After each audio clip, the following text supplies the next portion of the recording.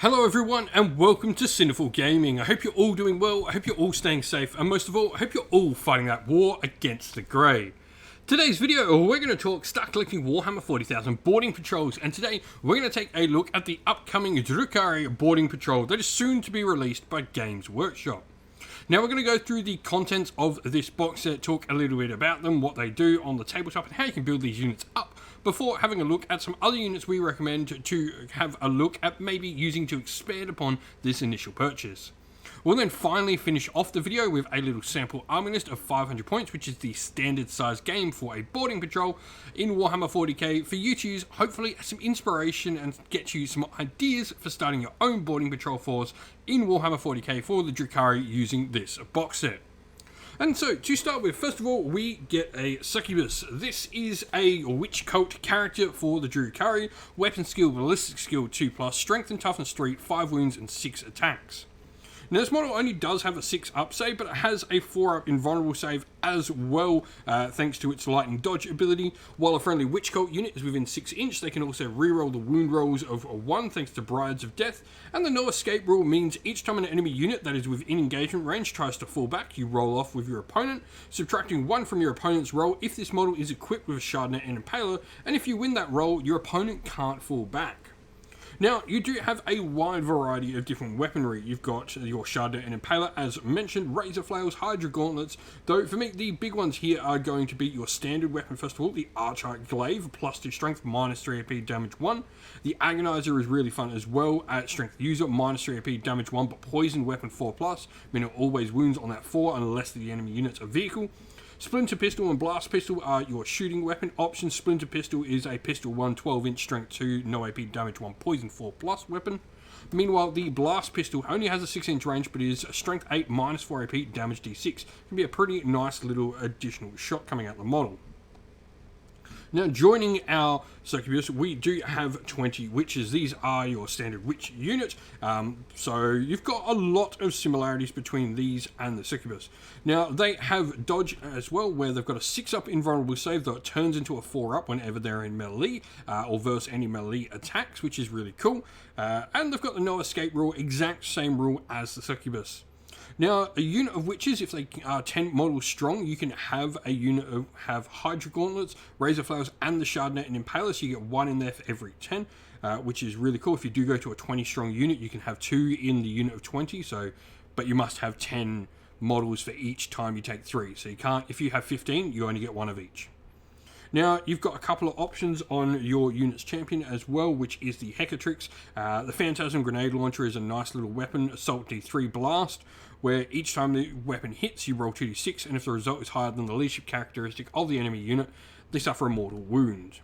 Other than that, witches have 3 attacks standard on weapon skill, ballistic skill 3+, so a really solid unit with a ton of extra attacks, and there's a load of their weapon options that do give them an extra attack option. Now, the last unit we get in here is an elite choice, which are called the Incubi. They are a mercenary bunch of Drukhari. They're actually really cool sort of narrative that they are sort of the fallen Eldari aspect temple, which is really cool. They have their claves at +2 strength, -3 AP, damage 2, so really nice at going in against Space Marines and the like. And you can have the Exarch, I guess you can call him, Clavex as well is his proper name. He has demi-claves, so the single blade attack is +2 strength, -3 AP, damage 2, like normal, but you can choose to go to dual blades, where each time you fight, you make 2 attacks with this weapon in addition, and there will be +1 strength, -2 AP, damage 2, so you can have some cool abilities in there. Lethal Precision means each time you roll a wound roll of a 6 with the Clavex, so this is the unit champion, he adds +1 to his damage, and the Tormentor's rule as well. At the start of the fight phase, you can select an enemy unit within engagement range of them, roll 2d6, and if the result's greater than the enemy's leadership, that enemy unit is only able to fight after all other units have fought. And so, where else can we look? First of all, I really like the Mandrakes. They've got some cool rules on the defensive side, so -1 to hit them, shrouded from sight, and Shadow Creatures gives them a 5-up invulnerable save as well. They've got the Bale Blast, which allows them to do a little bit of mortal wounds at range, but the Glimmer Steel Blades are where it's really at. You've got a strength of user, -1 AP, damage 1 with 3 attacks per model, which is really cool. This adds onto their Blade Artist rule, which is really nice. Each time a model in this unit makes an attack with a melee weapon, or an unmodified wound roll of a 6, you improve the armor penetration of the attack characteristic by 1, which is really nice. So some extra way to get some AP in there.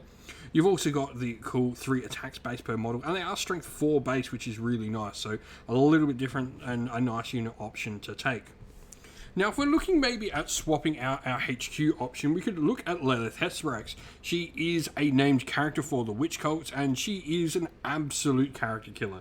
So she gets to reroll hit and wound rolls against characters. She's got the ability for Strife core units within 6 inch to reroll 1s. Quicksilver Dodge, she has a 4-up invulnerable save, and she's -1 to hit. Deadly Dance, each time she makes a consolidation move, she can move an additional 3 and doesn't have to move towards the closest enemy model. In your command phase, she can select one of the following abilities, so Thrilling Acrobatics until the end of the turn. This model is eligible to declare a charge even if it fell back or advanced, or in the fight phase of this turn, this model destroys any enemy models, and then at the end of the fight phase, it can fight again thanks to Gory Spectacle. She's got no escape, just the same as all the rest of the Witch Cult units, and Lilith's Blades are +1 strength, -3 AP, damage 1, and each time an attack is made with a weapon and a modified hit roll of a 6 will score an additional hit, and she has 7 attacks base. A different character to maybe look at as an option is Jarazar. Jarazar is the Incubi's leader, so he's got the Executioner's Demiclaves, so he'll be +2 strength or +1 strength depending on what weapon you're using. He's damage 3, damage 2, AP -3 on both of them, though he does get the 2 additional attacks when using the dual blades.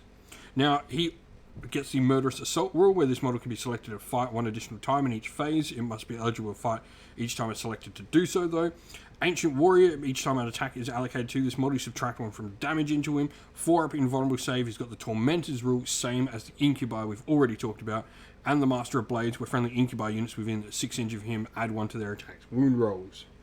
Now, the last unit just to look at is the Cabalite Warriors. I think, they bring some interesting stuff to the table, especially with all the witches we've got in the force.